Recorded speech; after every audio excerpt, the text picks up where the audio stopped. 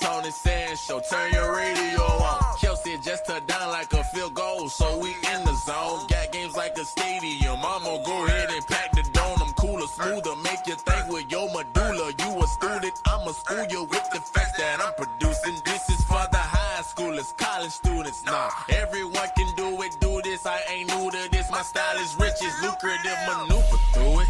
You know it's fast, surely. You know it's so sensational, like my big homie Tony. You could catch me every Monday after kickoff on Sunday. I got these cold hard facts and we ain't talking Sundays. Co-host with Kelly Daly. Shout out to the big homie. You know it's so sensational, like my big homie Tony. Co-hosting with Kelly Daly. You know it's facts only. You know I'm so sensational, like my big homie Tony.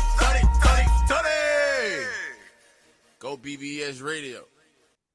Yeah, welcome to another week of the Tony Sand Show. You got to remember, last week now we had a banger too. We had 11 rings on the show. When I say 11 rings, listen, you had Michael Irvin, you had Nate Newton, you had Charles Haley. Together, those guys have 11 rings. That means they got more rings than I have fingers. And we broke down the Cowboys. Now we're going, listen, we got a guy that's been to give it to us. He's going to let us know. We're going to break down what it's like to be coaching in an inner city school and how things play out mysteriously when things are being done behind the scenes and a coach is not knowing. So without further ado, let's bring to the Tony Sand Show my man T Black, Coach McFadden, former Ely High School coach. What's up, my man? What's going on, my man T Black? What's happening? Man, I'm doing awesome, man. Anytime I can chop it up with you and get with you and talk about high school sports and where it's going and what's going on around the sport is a pleasure, man. How's your day been going? Jim, actually, I was meal prepping at the moment when you called. So. Oh wow! Okay. How to get myself together. Now, you say let's get into this, man. Let's not, hold our guests hostage on what's going on, man.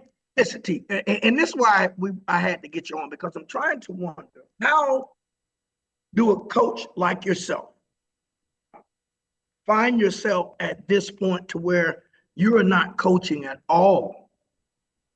You was at Ely High School coaching. Coach, what really, let's clue my viewers in on how we get to the point to where right now you yourself is not coaching after taking Ely to a stellar season. You got to remember, you guys knocked off one of the top ranked teams in the nation in Chaminade, Madonna. You had a great season.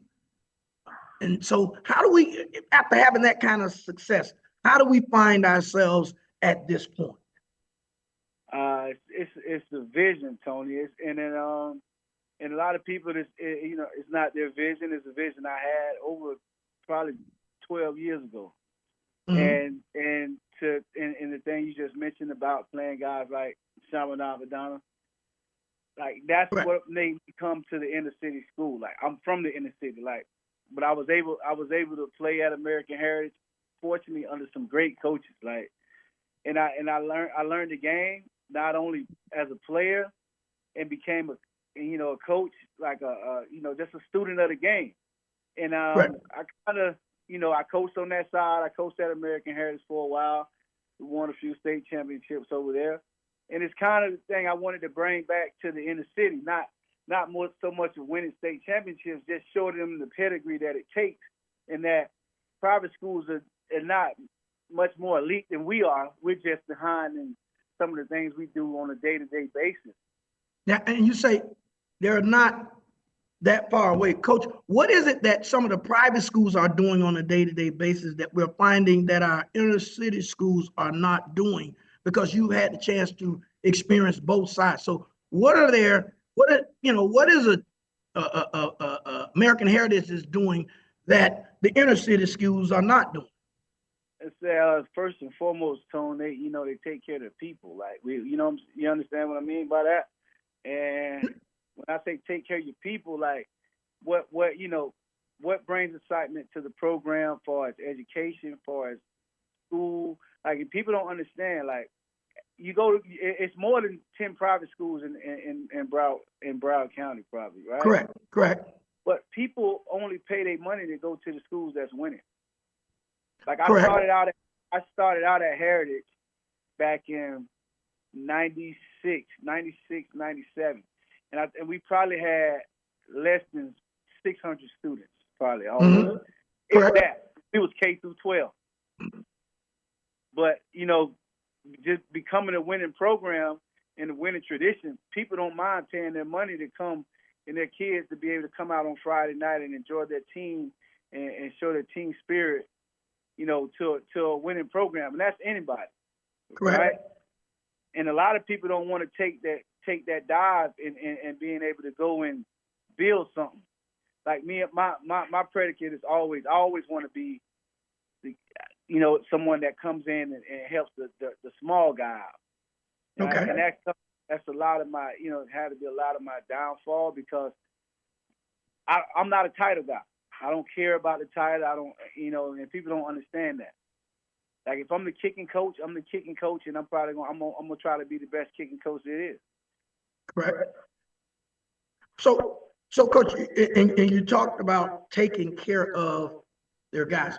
How do we got to elevate the inner city schools to get them at the level of where these private schools are at? Or can we ever get them at that level? Because I'm quite sure private schools have more, probably more, I'm assuming more lucrative dollars to move around than what you tell me. I'm gonna tell you this, Tone, and I found that out in the last 3 years. Private schools don't have much more to offer than the public schools. They just offer. Okay. Like, because they have this thing, like, even with the stipends and what they call supplements in the school. Like, in order to take care of these guys that's spending this kind of time, you have to extend that hand, because Correct. there's people that's getting this money and probably not even deserving of it. Right? Okay. They're not touching any lives. They're not touching any kids. They're not bringing any meaningful business to the program. But it's all about who you know. And like I said, taking the reins, like, even if you take care of your guys, make sure you take care of the guys that's taking care of you too, though. Correct. Now, Coach, you get the opportunity. How did it come about where you got the opportunity to coach at Ely High School? Check them viewers back down in that row. How did when that job came up, when the job Ely came open? It never came. It never came open. What happened was, like I said, Tone, I had a vision a long time ago, and people don't even understand that it wasn't about me being the head coach. It was about somebody in the community, right, going to get this team, and no matter what, I was going to be there to try to, do what I can do and be a part of that program and make sure we get things going back in the right direction. It had nothing to do with me being the head coach. Unfortunately, Mike Bailey became the coach, and Mike Bailey saw me coach for years. Like, he used to come to the games. He was a young buck, coming to the games with American Heritage, watching us, seeing how we did things, and he knew who to come to. Like, he didn't know that I already was telling, and I already had told him. I said, man, I'm coming over. He said, man, I probably need you this year. But I promised my guy, Glenn Fife, that I was going to stay with him for one more year. And what happened, the incident that happened with him. Yes. And that freed me up to go and, start the process over at Ely. Right? And that's how I ended up at Ely. At Ely. Okay, now, and you speak about Glenn, then you spoke about financial things, how that's got to happen.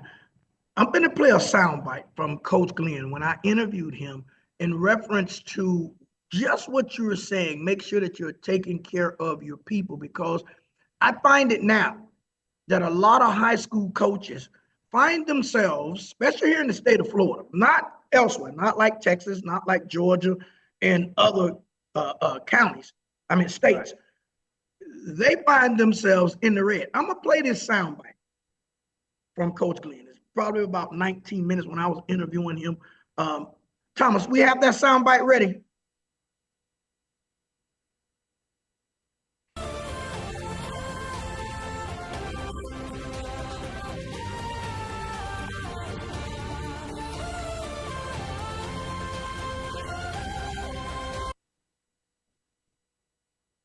But we're having technical difficulties with that soundbite. But Thomas, let me know. Yeah, but even with Coach Glenn, I can attest to that, man. That guy went over and beyond, like, for those kids and for that program. Yes. Even, I seen him almost take his own life out there, like, with health issues, just being out there, correct, providing and making them wait for these kids. But the outcome with what he's doing right now is priceless. Like, correct. The best thing he probably could have did was get fired. This guy now, Glenn told me in interviewing him he got deep into his interview because of what took place, some of the things that started taking place, what took place at Dillard during the COVID situation, and how they were asking for that kid to possibly be suspended. And Glenn said he just couldn't see himself standing around while the kid getting suspended, and he's asked his young men to lay it all on the line for him. So he said at that point, he started maneuvering to maneuver out. We're gonna go back to that sound bite because my guy has that sound bite ready. Hold on, T Black, we're gonna go back to it. Okay. You ready, Thomas?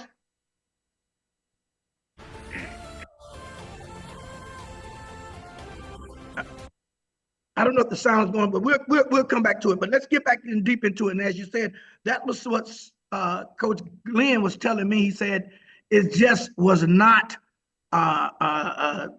He found himself really in the red at the end of every season. He just said he had just a year ago. He said he had just paid off a credit card that he had that he was using. He was just able to pay that credit card off once he resigned from the school, got into his consulting business, and he was able to pay that credit card off.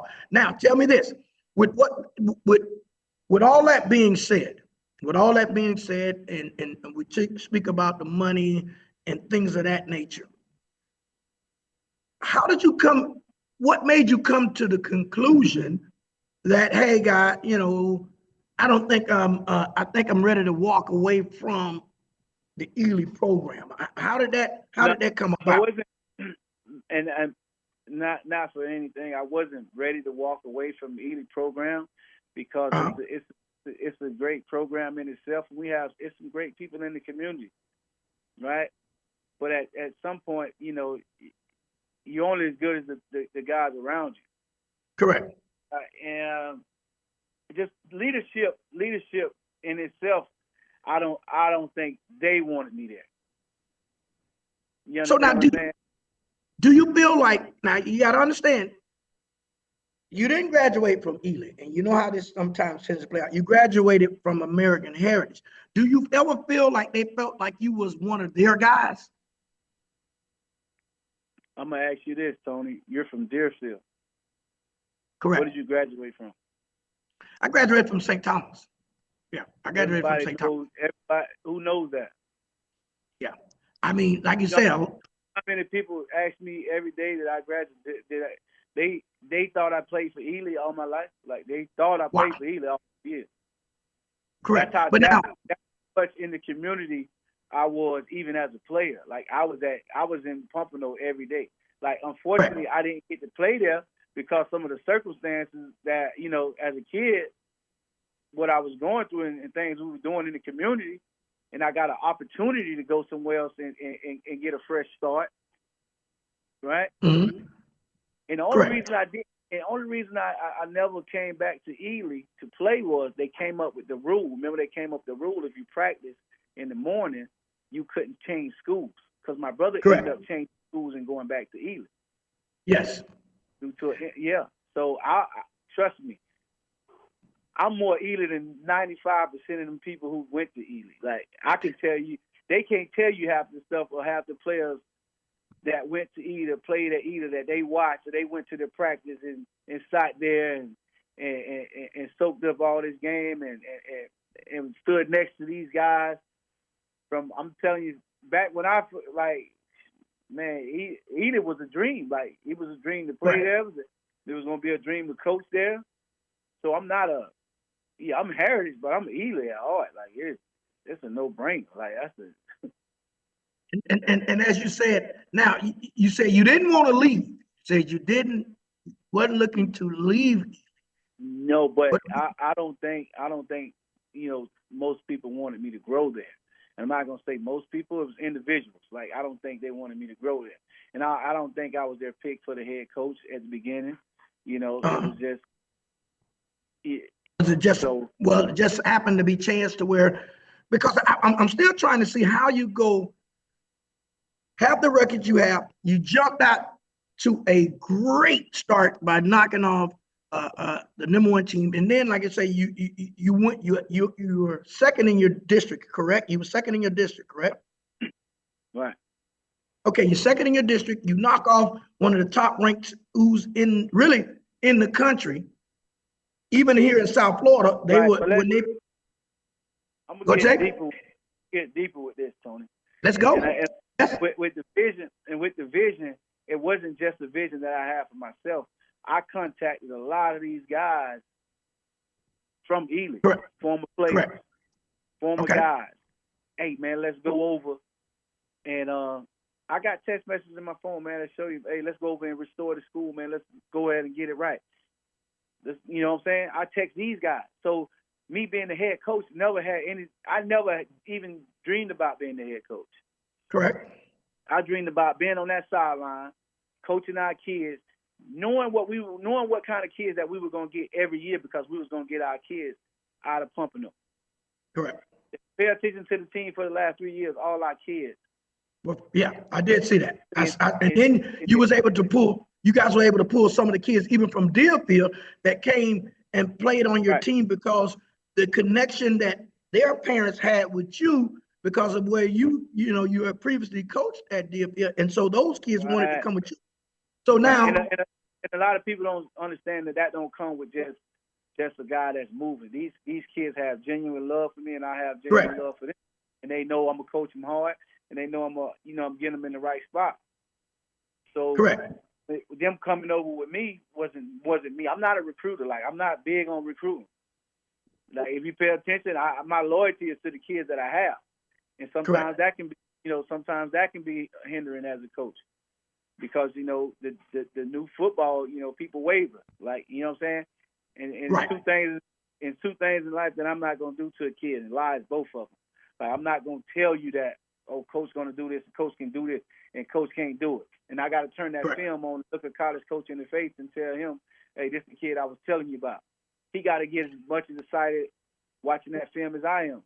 As you do, correct. Now, tell me this, and I know there was a lot of rumbling at one point in reference to I guess a lot of people were saying, will Ely get kids, into colleges, and that had came about when we was doing a show on that.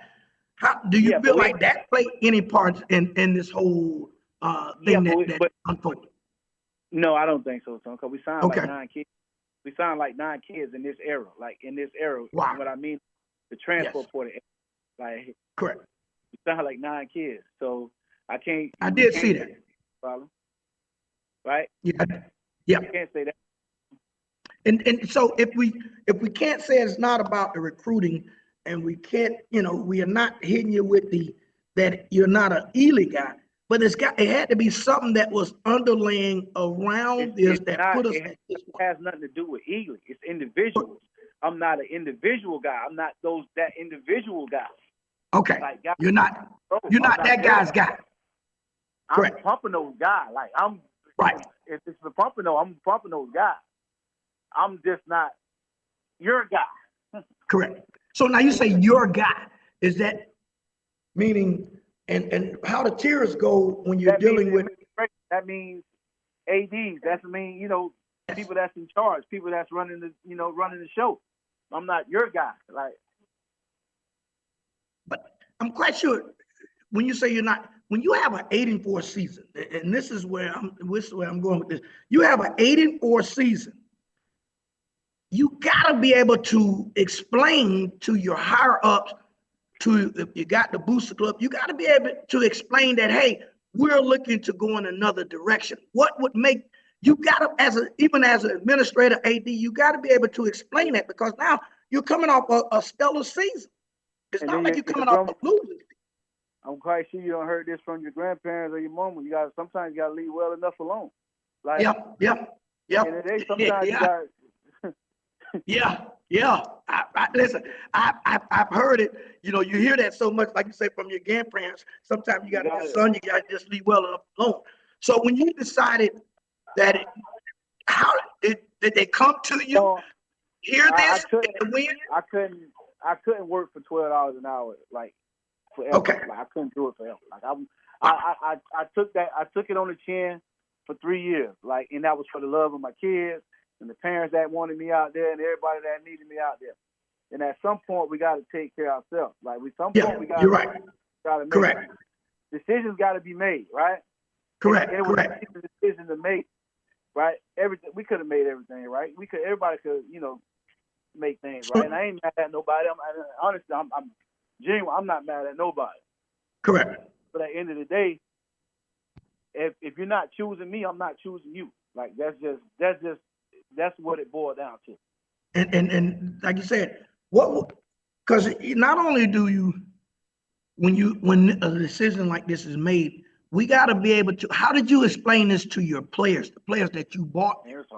How did you explain that?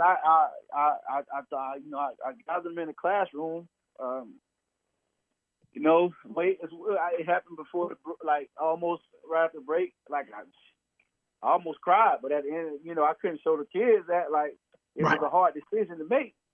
Correct. And, to know that people is not appreciating the things that you're doing in the community around the school, and everybody's out for themselves or trying to, find something to get rid of you. Or when somebody came and told me that they was going to do it, I'm like, they can't be talking about that. So you got wind of it through someone else that, hey, they are looking to possibly replace you. Right. When you heard that, did you go and approach anyone and say, hey, I'm hearing things in the community, or did you say, no, that can't be true? I went right to him, because I couldn't even hold it in, because I'm like, I couldn't even fathom the thought of that even happening at the time. Mm-hmm. But it was little things that was happening, like, towards my job, people getting write-ups for no reason.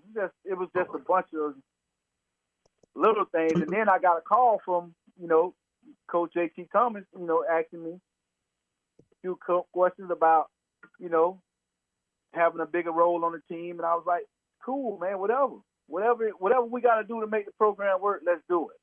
Right? And then he asked me about being assistant head, and I was like, man, that's fine. It's whatever. Hold on. You're the head coach. Now, you're not the assistant coach. You're still the head coach, and you get a call from someone else, right? Asking you what kind of role you want on the team? No, what kind of role they can play, right? What kind of role? Okay, what kind of role he can play? Okay. And I kind of gave him leeway and said, whatever you want to do. You know what I'm saying? If this is your school, like, you're alumni here, you play here, y'all laid the foundation. I'm cool with that, Tone. I'm not a title guy. And I basically, he asked me about being the assistant head, and then he was like, what you think about me being the head? I say, hey, man, whatever y'all want to do, let's sit down and talk. Just make sure they're going to take care of me. Wait a minute, hold on, T-Mac. Hold on, wait. T-Mac, wait a minute, hold on. I hear what you're saying, but I'm having a hard time understanding. You as the head coach, someone comes up to you and asks you, how would you feel playing the back seat? That's kind of, I'm not a Tone. I know you're not a title guy. I understand you're not a title guy. I don't care for it. I really don't, Tone. Tone, you talking on the phone, right? But let me explain something to you. And I'm gonna give you an example of what I'm saying. That's why I'm trying to really wrap my mind around what you just said. That's like me calling over to St. Thomas and saying, hey, Raj, man, what you think about me having a bigger role here? Or what you think about me as the head coach? I mean, this is what I'm trying to wrap my mind around. But I'm gonna tell you, I know Raj and I know me. Me and Raj correct. are two different guys now. You know that. My thing was, Tone, I'm gonna be honest with you, my thing was, Tone, whatever for the program. But okay, all right. Whatever for the program. But my thing is, I'm thinking me and you just having a genuine conversation. Okay. And then I don't know, there's other parties involved. So I'm thinking me and Tone having a genuine conversation, and I'm gonna keep it real with Tone, man. Yeah, I'll do that for you. Yeah, I'll do that for you. Okay.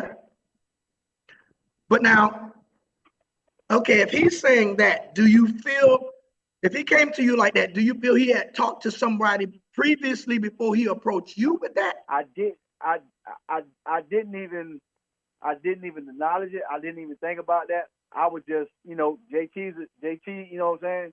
Good guy. Like you feel me? So I was just thinking like, okay, let's make it happen. Whatever we got to do, just let's make it happen. Correct. Let's make sure financially they're gonna take care of me eventually. So you was cool with that.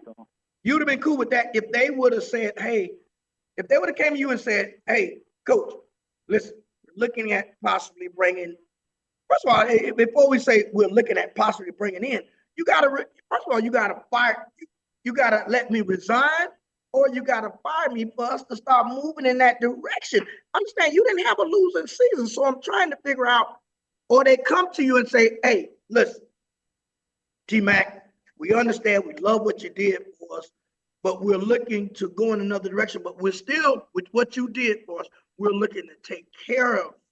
Man, that would have been that would have been the ultimate goal. Like, I would have been ecstatic. Honestly.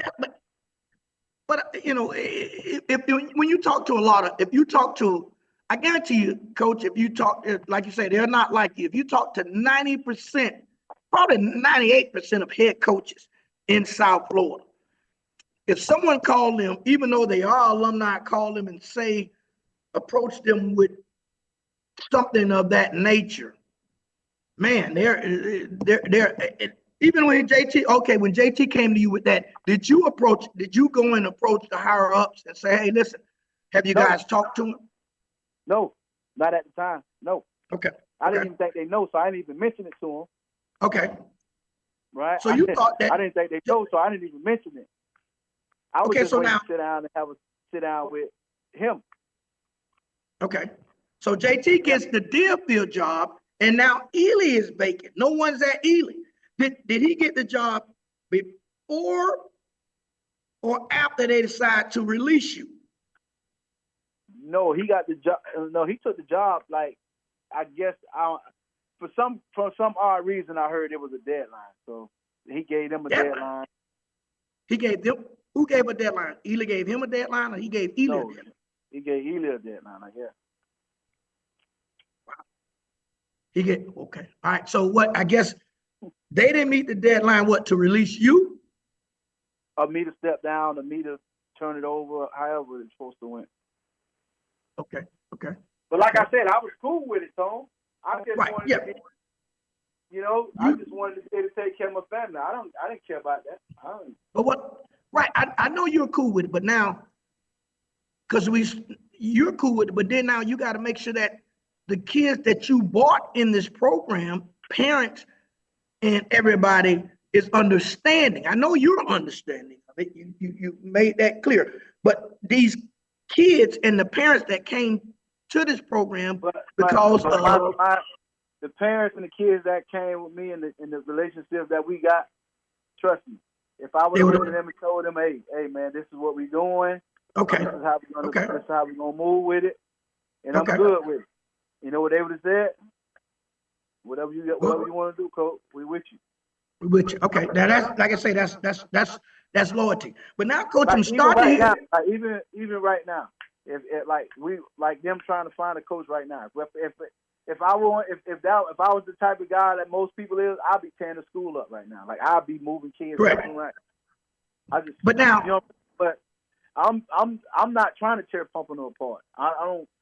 at this point, if those kids don't want to do anything, I probably don't want to do anything. Correct. Now they're looking for a coach.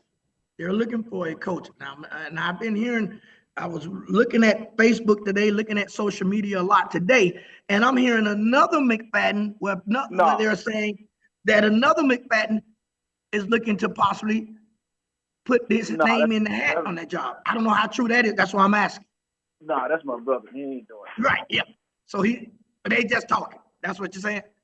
Yeah, he just talking. We ain't doing that. Hey, listen. When I saw that, I'm like, oh wow, that's kind of is that different? And I was in the barbershop and I asked some guys about that. I said, One guy came to me and said, so you think they're trying to, if they hire the brother, that'll get T to come back around? I said, I don't know about that one. I said, I know that'll be. Listen, my thing, Tone, T got 3 daughters and a son, man. I got it. That you got to listen. That you got to look at every day that you leave out that house. That'll make sure I put them in the best position. And the thing for that, anybody that's willing to make sure I'm straight, I'm here. Yes, I'm good. So now it's rumors that you at Monarch. Is that true? No, I'm actually, I talked to Coach Davis a few times about we just chopped it up, but I'm not even that. I changed jobs because of what happened at the school. Okay. So I went over to Monarch to work. Okay, to work. Okay. Right. So right. That's kind of how that got in the air. Right.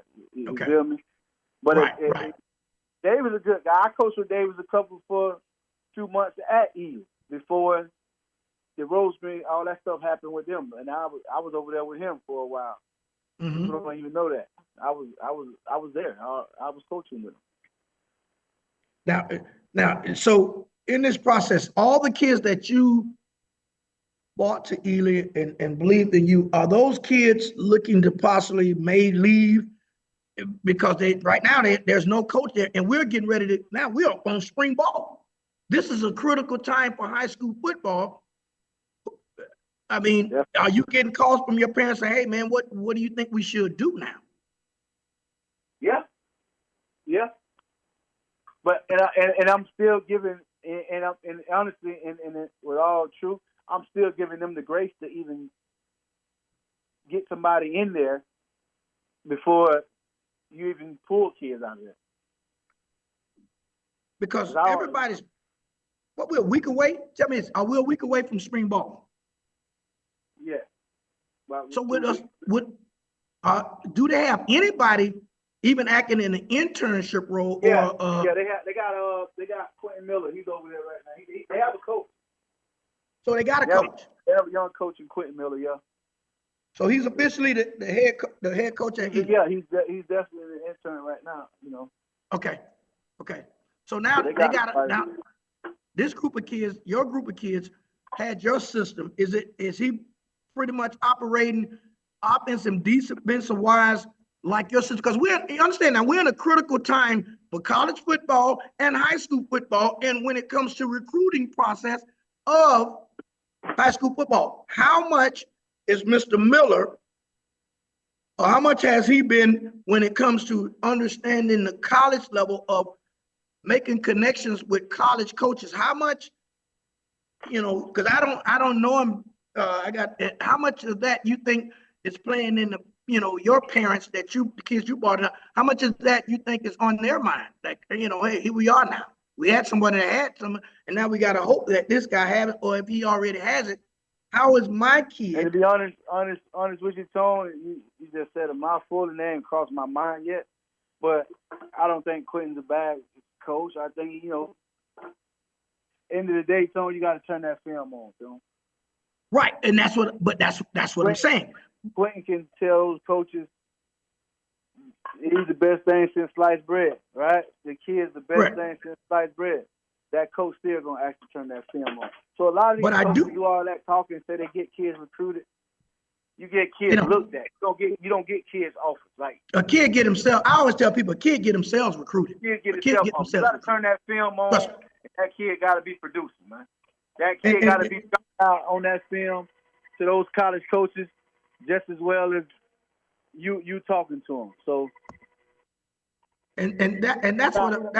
That's my biggest thing. I was telling you in reference to when it comes to we're in a new era, and now that we've segued and we understand that, now let's segue. We're going to segue a little bit with that. Segue into the new era of college football with the NIL. We've seen it start to play out from a standpoint of.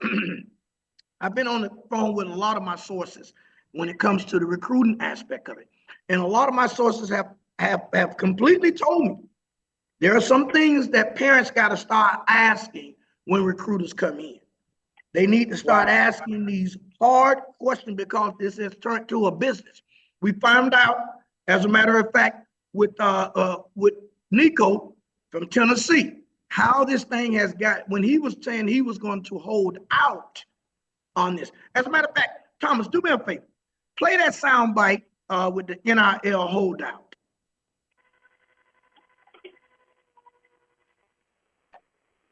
Play that one. Don't play the Lacey yet. Play that one for me, Thomas.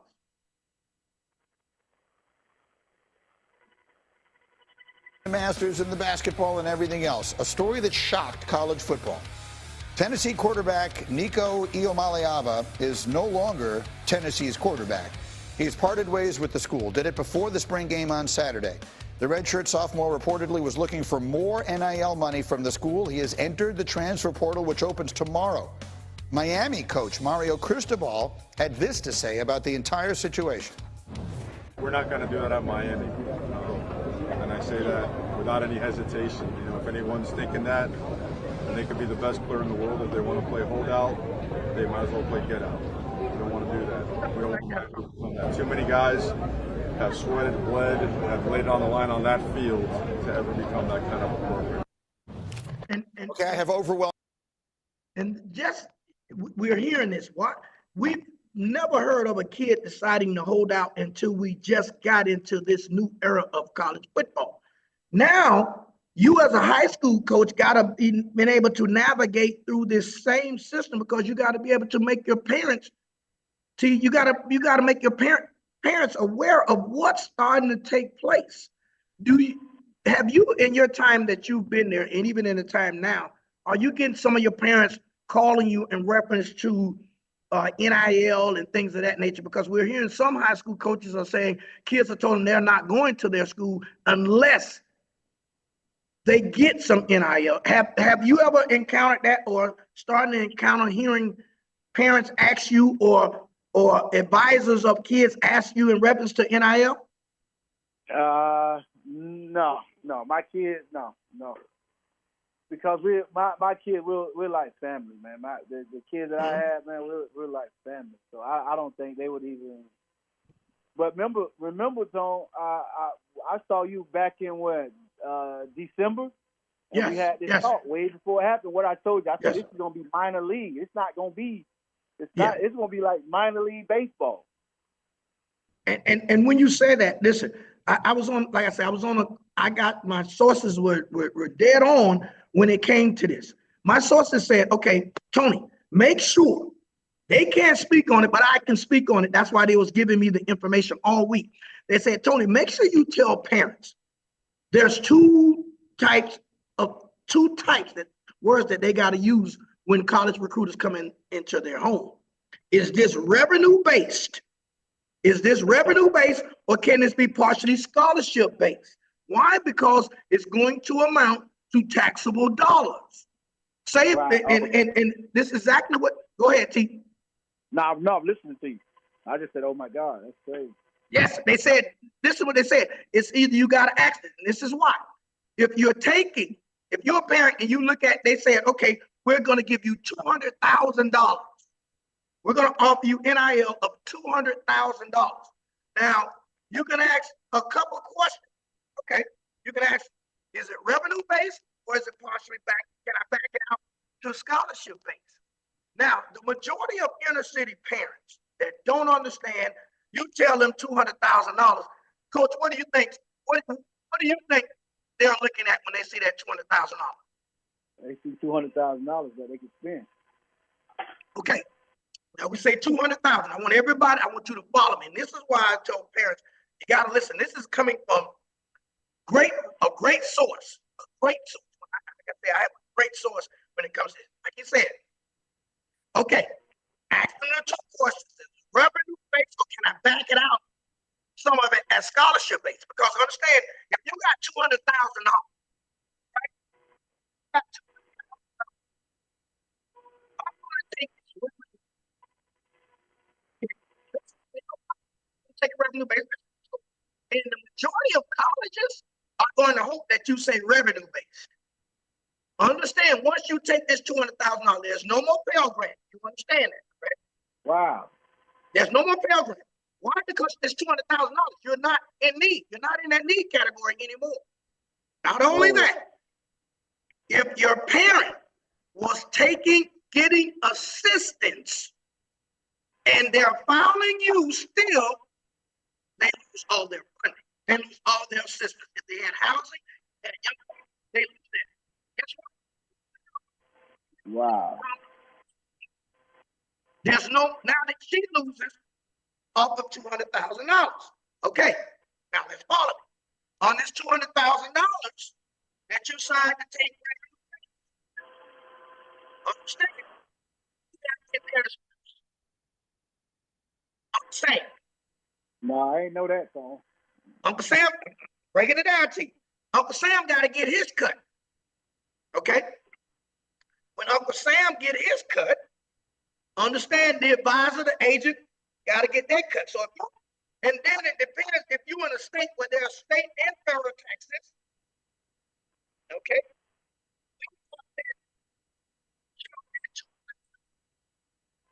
Get it down to 160. You know what's the percentage that you're giving your agent? Okay, we're at 160.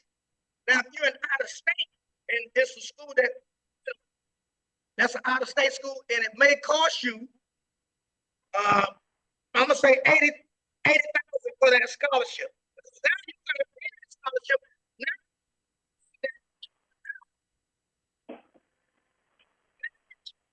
if you say, I'm taking, you're getting taxed. The government's taking the money off that big $200,000. Understand it? So when they take that $200,000, the agent, you know what the agent is asking? Wow. Yeah, but you know it's gonna be eventually. You know it's gonna be deeper than what they, what it led out to be. Hello. 160. You're down to what now? So we break that down. So once we break that down, it's going to lead us into about 80,000. Okay. Now, this is where it comes into tricky. I haven't backed out. I didn't back out the state taxes in that when I broke that down. I just gave you really and I didn't give you the agent's costs. I just gave you just that much. I gave you that much of that 100 and some of that 200,000. So now, when all that's said and done, the kid is probably going to be left with $20,000 out of that $200,000. But before we go off, I want to make sure now. Tell them, this is what you can tell them. Okay, hey, listen, I want that scholarship back. I want scholarship revenue backed out. What I mean by that 200,000. Okay, you tell them, hey, listen, I want to pay for tuition and books out of that 200. That's got to come out first. Pay for my tuition and books because that's not taxable. So now, out of that 80,000, out of that 200,000, if you're looking at 120, That 180, all you're gonna get taxed off now is the 120. You're not getting, because you can't, you can't, on tuition and books, there's no now room and board. It's a different thing. That's why you say tuition and books. You understand what I'm saying? You say tuition and books. So now you're only getting taxed off the 120. You know, you give your agent their funds and the state, if you're in state taxes, possibly you're looking at now to try to pass a law that these kids play in different states, that they're not getting taxed in every state. That they're not going to get taxed in every state like the NFL guys. Every state that you go in, you get taxed. So,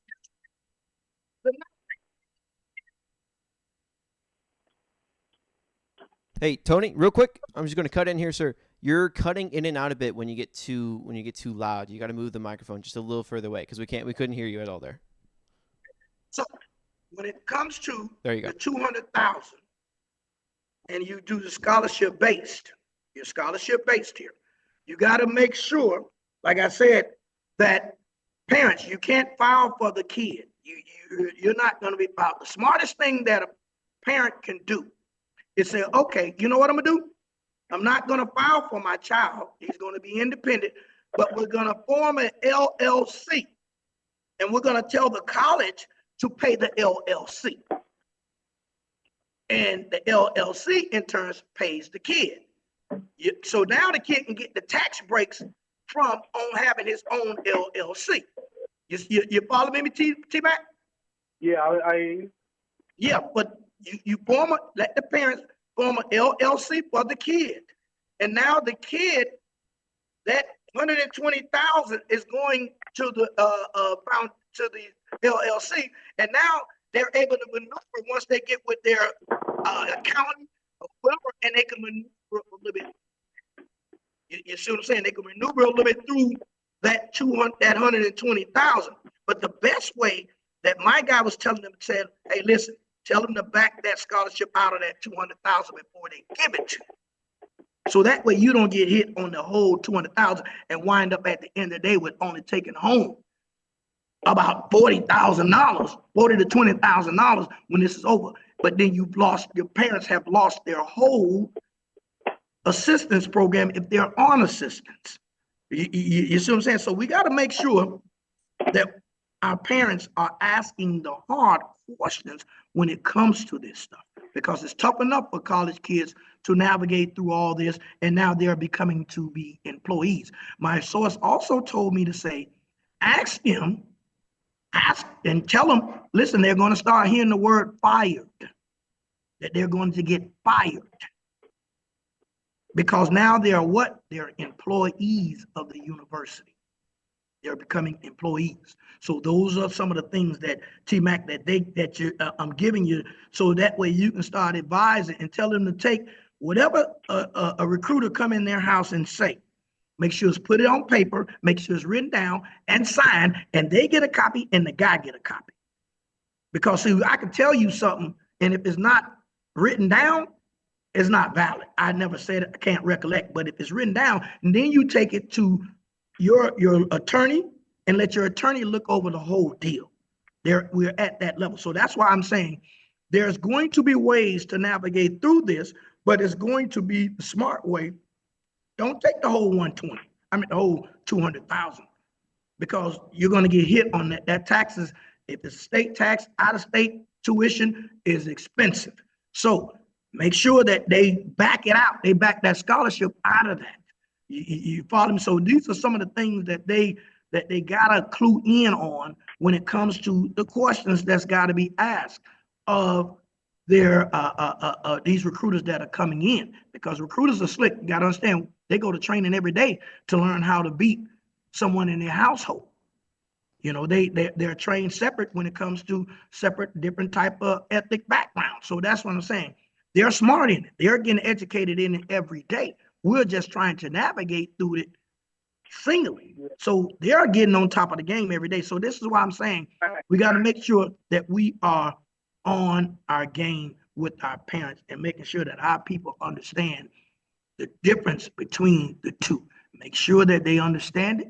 So that way at the end of a kid is not done spent money on necklaces and cars, and all of a sudden, when it's time to pay Uncle Sam, there's no more money left.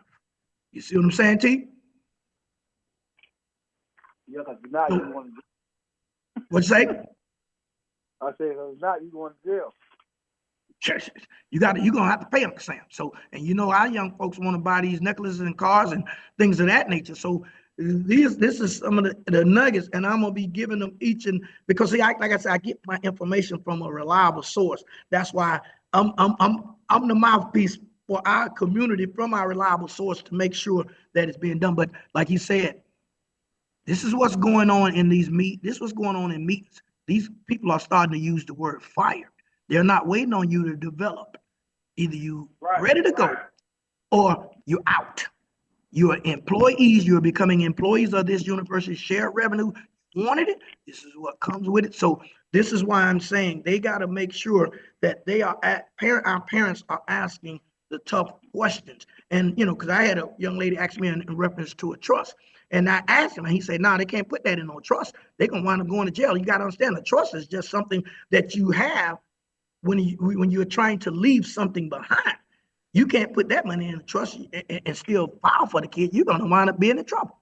And like I said, we got, you know, my producer's telling me that we got 3 more minutes left of airtime, T. But I wanted to get into that because we talked about the recruiting. We led into that, but I'm trying to make sure that, you know, looking at all this and how this play out, where do you see yourself, T, within another year? Do you see yourself as a head coach in a public school or in a private school?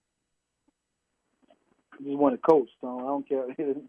I don't care about being a head coach, man. Right. You just want to get in there. I just want to be a coach, a pillar in the community, kids, man, and making sure these kids are doing the right thing. Just how you just said about all the things that they don't know, and leading them in the right direction, man. That's my goal. And T, I love that. Like you said, it's bigger than you. It's a community effort, and I'm just like you said, you just want to be able to give them some nuggets on exactly what it takes to get there because you've been there. So you want to take and make sure that these kids are prepared. So when they get there, they understand the game, understand the new game of what's out here now. Because like I said, these college. What'd you say, T? I said, NIL been going on. Yeah, it's been going on, but now it has become legal to take place. You know, so now when it's legal, you got to pay. You're gonna have to pay out a lot of that money. So like I say, they're trying to make sure rules are in place that these young kids don't have to pay taxes in every state that they play in. You know, just like when you look at the Nico situation. We got a minute left, and T man, listen. I want to thank you, my brother, for taking time out today. We got to chop this up each and every time when it comes to a coaching segment of this. I got to bring you on, man, and we're going to continue to educate our community and our young men on how to navigate through this new era of college football, of high school football, because they move in high school football just as they do in college football. Man, thank you for taking your time out to join the show. It's been a pleasure. Having me, man. Thank you. My pleasure, my brother. Peace.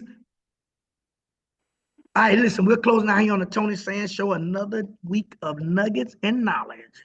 We don't play here. We're gonna give you the nugget and we're gonna give you the knowledge. Until we meet again next Thursday at this time, continue to stay blessed up, get your knowledge up, educate yourself on what you are doing so that way you have the knowledge and you are ready to excel. We're signing off here on the Tony Sands Show, and I must say peace. We're gone.